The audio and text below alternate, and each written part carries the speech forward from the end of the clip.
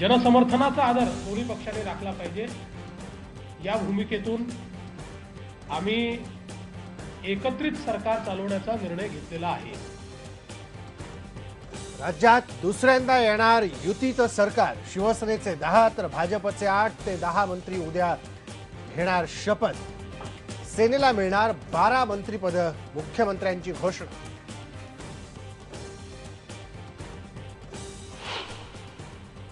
आमच्या सरकारमध्ये उपमुख्यमंत्री पद नाही, हे सरकार भाजप आणि शिवसेनेचं युतीचं सरकार आहे आणि आमचे मित्र आल्यानंतर आमच्या महायुतीचं सरकार होणार आहे। युती सरकारमध्ये उपमुख्यमंत्री पद नाही, मुख्यमंत्र्यांनी केलं स्पष्ट। घटक पक्षांबद्दलचा संभ्रम कायम।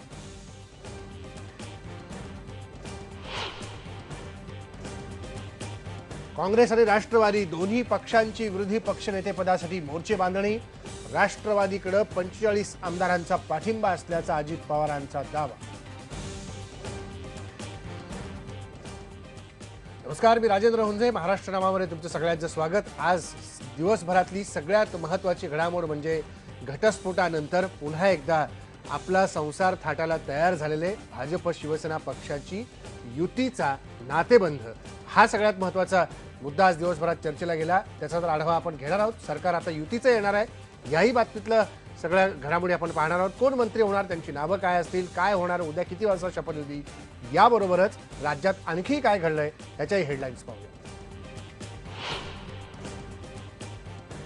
जवखेड हत्याकांड प्रकरणी अटक करण्यात आलेल्या प्रशांत जाधवला 13 डिसेंबरपर्यंत पोलीस कोठडी। 45 दिवसानंतर उकललं गुण। मृत संजय जाधव यांचा पुतण्या प्रशांत या प्रकरणातला एक फिर्यादी। राजा शिवछत्रपतींचं समुद्रात भव्य स्मारक होण्याचा मार्ग आता आमच्या बाजूने आम्ही मोकळा करून दिला आहे। अरबी समुद्रातल्या शिवाजी महाराजांच्या स्मारकाला पर्यावरण मंत्रालयाचा हिरवा कंदील।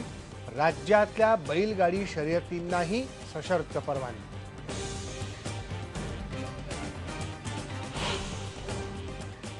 उद्या केंद्र सरकारच्या माध्यमातून ही टीम महाराष्ट्रात पाठवण्यात येईल। उद्यापासूनच ते दौरा करेल। राज्यातल्या दुष्काळी भागाचा दौरा करण्यासाठी केंद्राचं पाहणी पथक उद्यापासून राज्याच्या दौऱ्यावर। महसूल मंत्री एकनाथ खडसे यांची माहिती।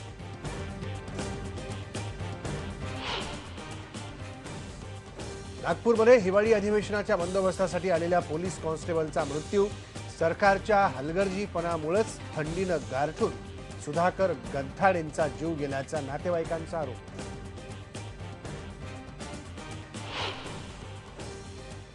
पुरोगामी महाराष्ट्रात अजूनही घडतायत मन विषण्ण करणाऱ्या घटना। नाशिकच्या सटाणा तालुक्यात चेटकीण असल्याच्या आरोपावरून वृद्ध महिलेला मारहाण, 11 जण अटकेत।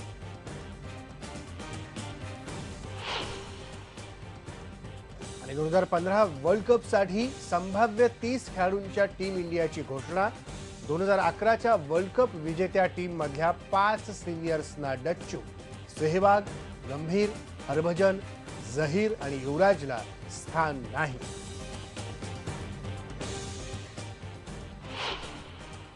महाराष्ट्रात दुसऱ्यांदा युतीचं सरकार येणार हे आता निश्चित झालंय। गेल्या अनेक दिवसांच्या चर्चेनंतर शिवसेना सत्तेत भाग घेणार याबद्दलची अधिकृत घोषणा आज मुख्यमंत्री देवेंद्र फडणवीस यांनी केली। शिवसेनेच्या 12 मंत्र्यांचा मंत्रिमंडळामध्ये समावेश होणार आहे। त्यात 5 कॅबिनेट, 7 राज्यमंत्री असतील, त्यापैकी 10 मंत्र्यांचा उद्या शपथविधी होणार आहे। भाजपचे 8 ते 10 मंत्री उद्या शपथ घेणार आहेत। युती सरकारमध्ये उपमुख्यमंत्री पद असणार नाही असंही मुख्यमंत्र्यांनी स्पष्ट केलं। तसंच स्थानिक स्वराज्य संस्थांमध्ये युती कायम राहील असं त्यांनी जाहीर केलं। जनतेच्या भावनांचा सन्मान, कार्यकर्त्यांच्या भावनांचा सन्मान आणि विशेषतः महाराष्ट्राच्या भावनेचा सन्मान, हा आदर दोन्ही पक्षांनी राखला पाहिजे। जनसमर्थनाचा आदर दोन्ही पक्षांनी राखला पाहिजे या भूमिकेतून आम्ही एकत्रित सरकार चालवण्याचा निर्णय घेतलेला आहे। पुढची 5 वर्ष आणि त्याच्यानंतरही अनेक वर्ष नीट आपली युती चालली पाहिजे, हे सरकार चाललं पाहिजे, या दृष्टीने सर्वच बाबींवर आम्ही विचार केला. तुमच्या सरकारमध्ये उपमुख्यमंत्री पद असणार आहे? आमच्या सरकारमध्ये उपमुख्यमंत्री पद नाही.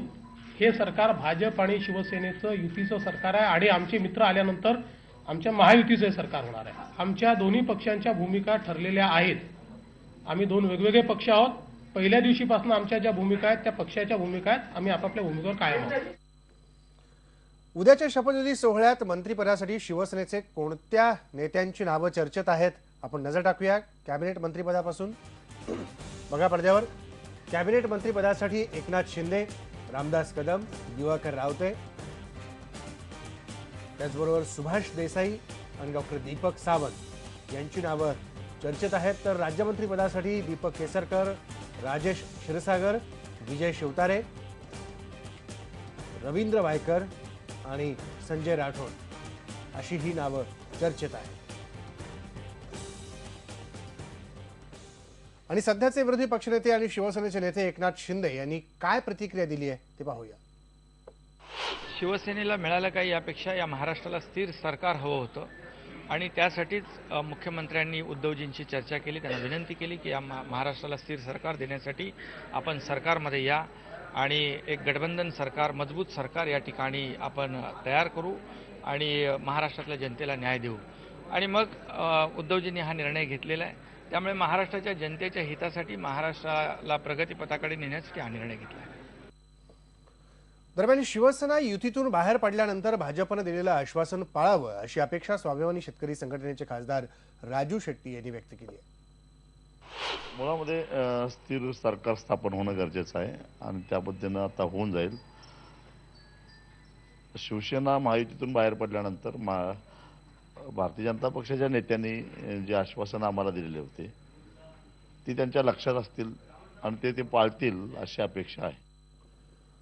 शिवसेना सत्तेत सहभागी होणार असल्यानं आता काँग्रेस आणि राष्ट्रवादी दोन्ही पक्षांनी विरोधी पक्षनेतेपदासाठी मोर्चे बांधणी सुरू केली आहे. राष्ट्रवादीकडे 45 आमदारांचा पाठिंबा असल्याचा अजित पवारांचा दावा आहे.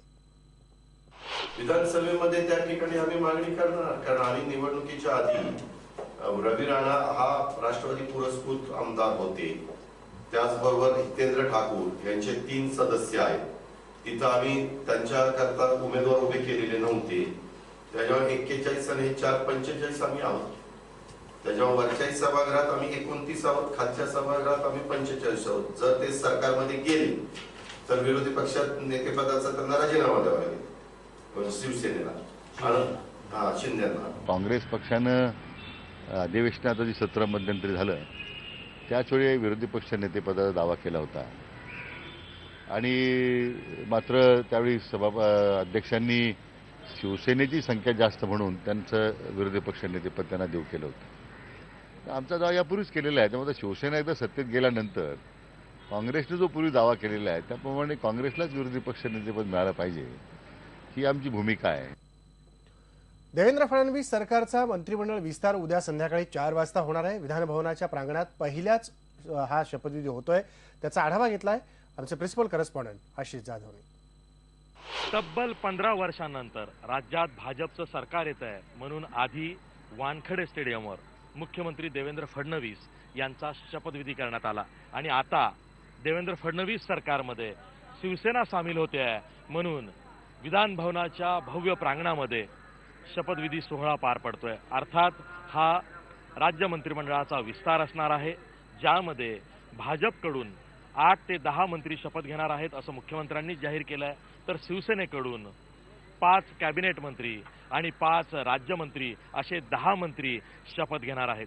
त्यासाठी या ठिकाणी एक मुख्य व्यासपीठ उभारलं जाणार आहे जिथं राज्यपाल सर्व मंत्र्यांना शपथ देणार आहेत. राज्य मंत्रिमंडळातले मंत्री, दोन्ही सभागृहांचे सदस्य म्हणजे सर्व आमदार, मुंबईतले खासदार आणि राज्यपाल ज्यांना शपथ देतात असे मुंबई हायकोर्टाचे मुख्य न्यायाधीश असतील किंवा राज्य मुख्य माहिती आयुक्त असतील, वेगवेगळ्या राज्य आयोगाचे अध्यक्ष असतील, अशा निमंत्रित व्यक्तींना बोलवण्यात येणार आहे.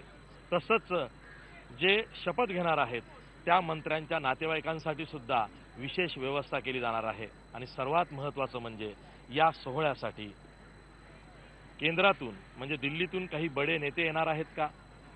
स्वतः शिवसेना पक्षप्रमुख उद्धव ठाकरे या सोहळ्याला उपस्थित राहणार आहेत का? आणि भाजपचे अध्यक्ष अमित शहा किंवा पंतप्रधान नरेंद्र मोदी या सोहळ्याला उपस्थित राहतील का, याविषयी अजून कुठलंही कन्फर्मेशन मिळालेलं नाही. आणि या संदर्भात बोलूया आता आमचा प्रिन्सिपल करस्पॉन्डंट आशिष जाधव आता आपल्या सोबत आहे. आशिष, ज्या प्रकारे आपण बघितलं की आता सत्तेचा संसार पुन्हा एकदा शिवसेना भाजपचा सुरू होईल, मात्र आता संसारामधलं जे वितुष्ट आहे ते कुठेतरी आता राष्ट्रवादी आणि काँग्रेसमध्ये पाहायला मिळेल की काय विरोधी पक्षनेते पदावरून, अशी आता शक्यता निर्माण झालेली आहे. काय होऊ शकतं? दावे प्रतिदावे दोघांकडून होत आहेत. राजेंद्र, अगदी बरोबर आहे. अजूनही महाराष्ट्राच्या राजकारणातली संदिग्धता दूर झालेली नाही असं म्हणता येईल. कारण शिवसेना आणि भाजपचा नव्यानं संसार सुरू होत असला तरी शिवसेनेनं बरीच तडजोड केली आहे असं आपण म्हणू शकतो. कारण जी खाती शिवसेनेच्या वाट्याला येत आहेत त्यावर जर का नजर टाकली तर शिवसेना वाटाघाटीत हरली असं कोणीही म्हणू शकेल. सूत्रांनी जी माहिती दिली आहे त्यानुसार कृषी खातं असेल, परिवहन खातं असेल, ऊर्जा खातं असेल, आरोग्य खातं असेल आणि MSRDC अशी 5 खाती ही शिवसेनेला मिळणार आहेत. त्यातलं ऊर्जा जर का सोडलं तर इतर खाती ही काहीशी दुय्यम आहेत. विशेष म्हणजे टोलमुक्त महाराष्ट्र करण्याची जबाबदारी शिवसेनेची असेल, त्याचबरोबर लोड शेडिंग मुक्त महाराष्ट्र करण्याची जबाबदारी सुद्धा शिवसेनेची असेल. त्यामुळं जी जबाबदारी कठीण आहे ती शिवसेनेला दिली गेलेली आहे असं आपण म्हणू शकतो. आणि त्यामुळे आता उद्या जरी 10 मंत्री शिवसेनेचे सरकारमध्ये सामील होत असले तरी त्यांचा सरकारशी जो सामना आहे तो आता बंद होईल असं म्हणता येत नाहीये. आणि दुसरीकडे मात्र विरोधी बाकावरती भांडणं दिसणार आहेत. विधानसभेच्या विरोधी पक्ष नेतेपदापासून तर इतर अनेक अशा बाबी आहेत ज्यावर काँग्रेस आणि राष्ट्रवादी नेहमी वारंवार आमने सामने येऊ शकतात. त्याची चुणूक आजच दिसली आहे. दोन्ही पक्षाच्या नेत्यांनी विरोधी पक्ष नेतेपदासाठी दावा केलेला आहे. आता बघायचं आहे की 7 तारखेला आणि 8 तारखेला काय काय दावे हे विधानसभा अध्यक्षांपुढे केले जातात. विधान परिषदेमध्ये काय नाट्य रंगतं यावरती या अधिवेशनाचं भवितव्य अवलंबून आहे. त्यामुळं जे हिवाळी अधिवेशन सुरू होणार आहे ते अधिकाधिक रंजक ठरणार आहे. त्यामध्ये नाट्यमय घडामोडी होतील हे या निमित्तानं स्पष्ट झालं आहे. धन्यवाद आशिष. या सगळ्या अपडेट्सबद्दल अधिक घडामोडी आपण उद्याच्या शपथविधी सोहळ्याच्या दरम्यानच्या जाणून घेणार आहोत.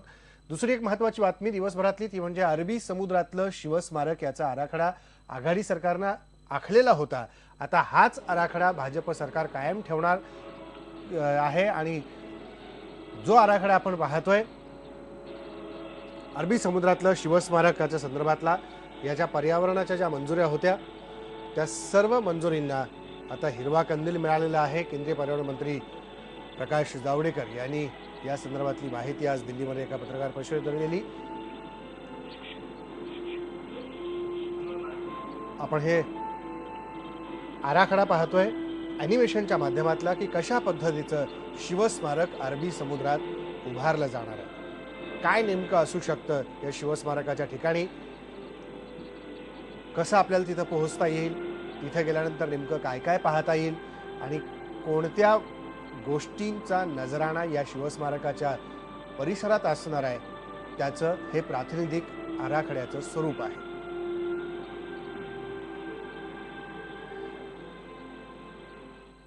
राजा शिवछत्रपतींचं समुद्रात भव्य स्मारक होण्याचा मार्ग आता आमच्या बाजूने आम्ही मोकळा करून दिला आहे.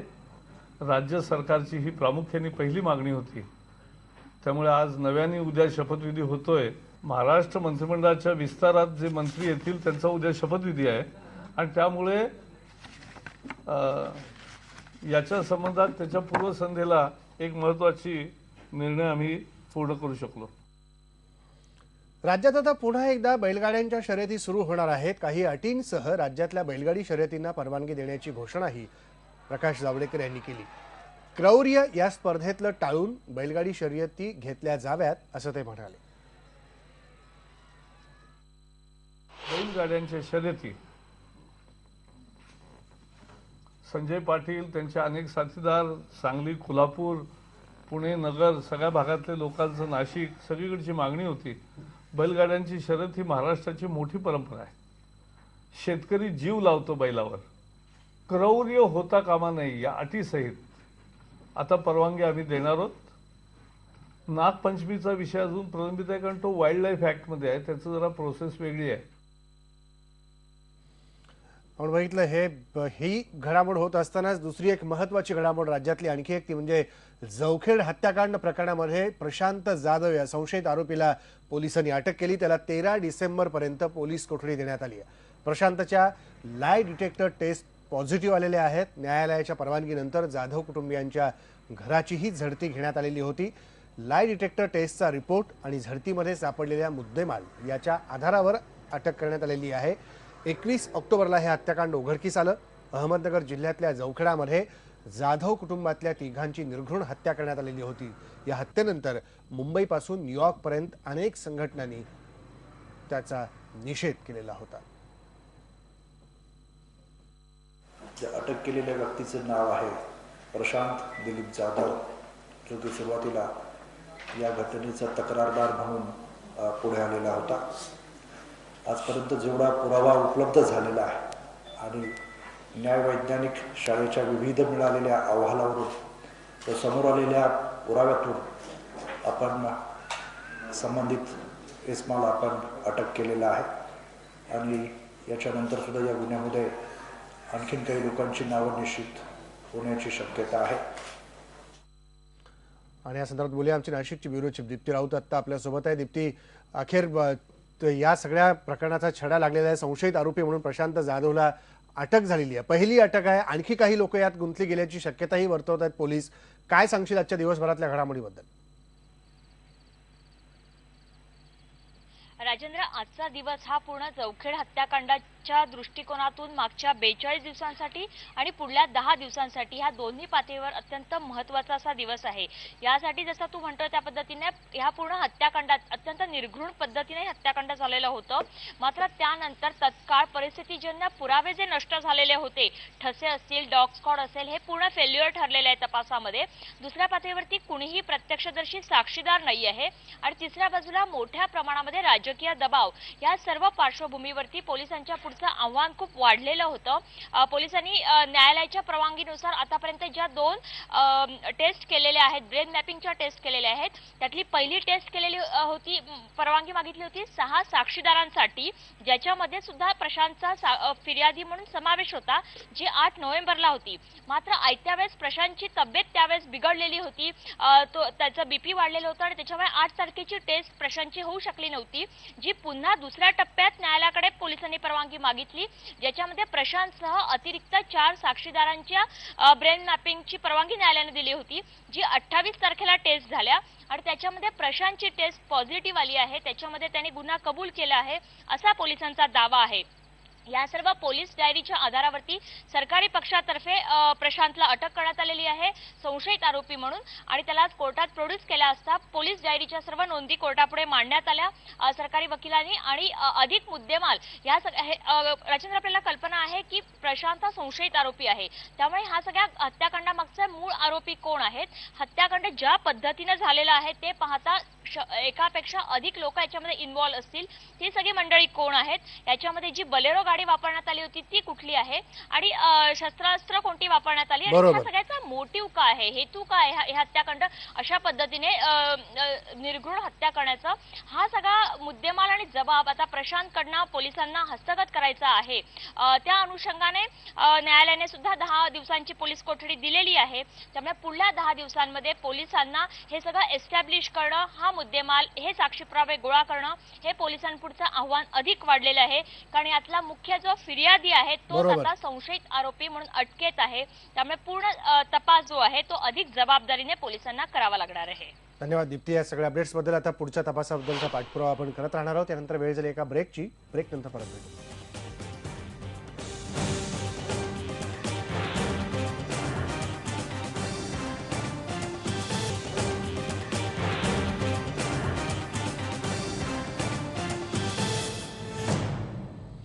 पुरोगामी महाराष्ट्रातल्या अंधश्रद्धांच्या घटनांमध्ये दिवसेंदिवस वाढच होत चालली आहे. नाशिकमधल्या सटाणा तालुक्यात चेटकीण असल्याच्या आरोपावरून एका वृद्ध महिलेला गावकऱ्यांनी जबर मारहाण केली आहे.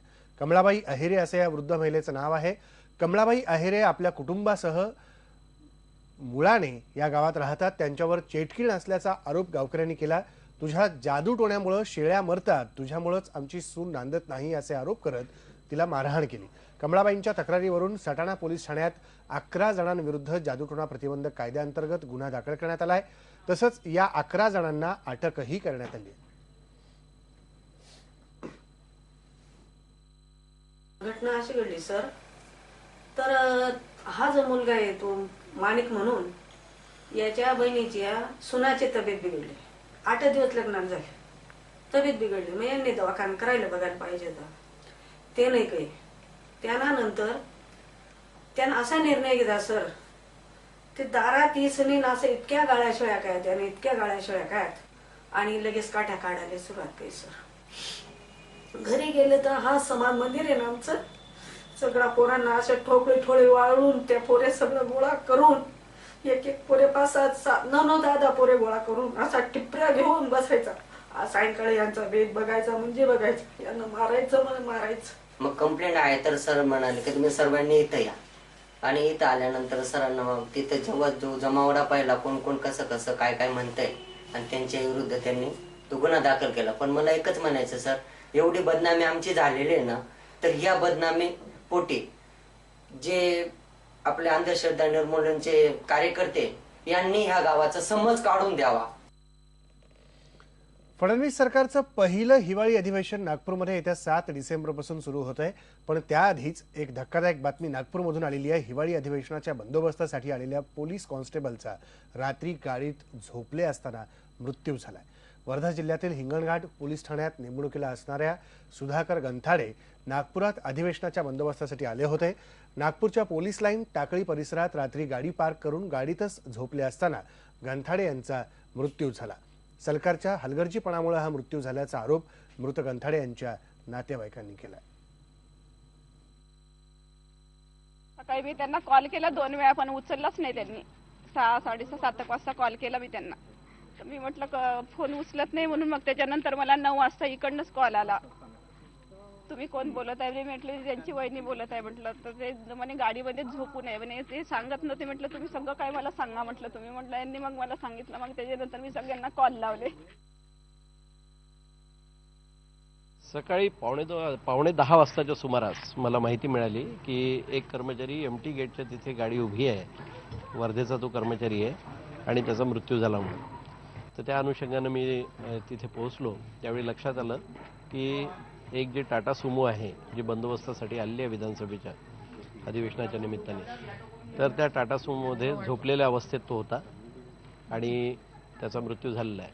आम्ही बघितलं तसं संशयास्पद प्रायमोफेसी त्यात आढळत नाही. महसूल मंत्री एकनाथ खडसे आज दिल्लीत कृषी मंत्री राधामोहन सिंग आणि अर्थमंत्री अरुण जेटली यांची त्यांनी भेट घेऊन महाराष्ट्रातील दुष्काळी परिस्थितीची माहिती त्यांना दिली. दुष्काळाशी लढण्याकरता केंद्राकडून 3,924 कोटी रुपयांची मागणीही त्यांनी केली. तसंच केंद्रानं दुष्काळग्रस्त महाराष्ट्राची पाहणी करावी अशीही मागणी केली. त्यानुसार उद्यापासून केंद्रीय पथक दुष्काळग्रस्त महाराष्ट्राची पाहणी करण्याकरता येणार आहे. हे पथक राज्याची पाहणी करून अहवाल देईल आणि त्यानंतर महाराष्ट्राला केंद्र सरकारकडून मदत जाहीर होईल. आणि माननीय अरुण जेटली आणि राधामोहन सिंगजी यांनी उद्या केंद्र सरकारच्या माध्यमातून ही टीम महाराष्ट्रात पाठवण्यात येईल. उद्यापासूनच ते दौरा करेल असं सांगितलं. आणि त्यांचा अहवाल आल्यानंतर मग या मदतीच्या संदर्भामध्ये काय निर्णय घ्यायचा ते आम्ही ठरवू असं वित्तमंत्र्यांनीही मला सूचित केलेलं आहे. बारामतीमध्ये दूध दरासाठी आंदोलन पेटलेलं आहे. मुख्यमंत्र्यांच्या प्रतिकात्मक पुतळ्याला दुधाचा अभिषेक घालून आंदोलन करण्यात आलं. जळगाव कडेपठारमध्ये आंदोलकांनी अभिषेक घातला. शेतकऱ्याच्या दुधाला 28 रुपये प्रति लिटर भाव देण्याच्या मागणीसाठी शेतकऱ्यांनी हे आंदोलन केलंय. संतप्त शेतकऱ्यांचा बारामती मोरगाव रस्त्यावर रास्ता रोकोही त्यांनी केला होता.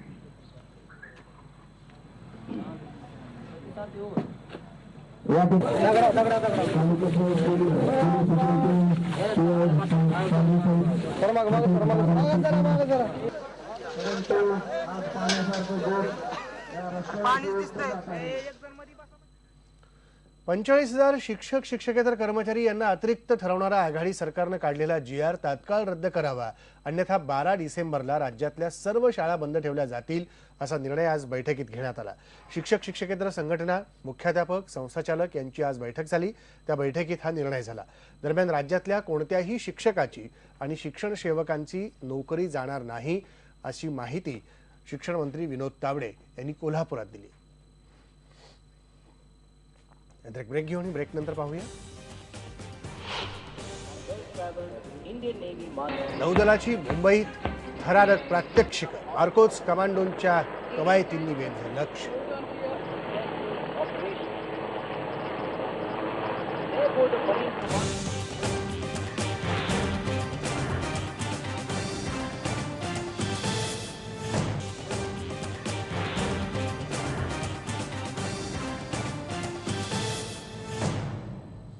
नौदल सप्ताह सुरू आहे आणि मुंबईत गेटवे ऑफ इंडियावर नेव्हीनं डोळ्याचं पारणं फेडणाऱ्या कसरती सादर केल्या.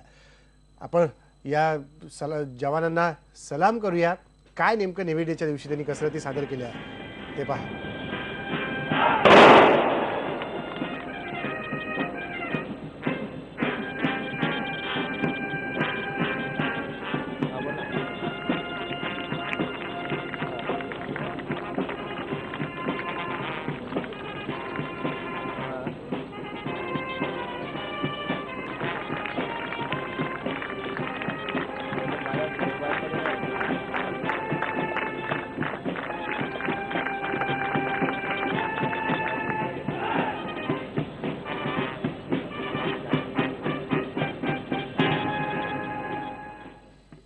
महाराष्ट्र इथंच थांबू. बघताय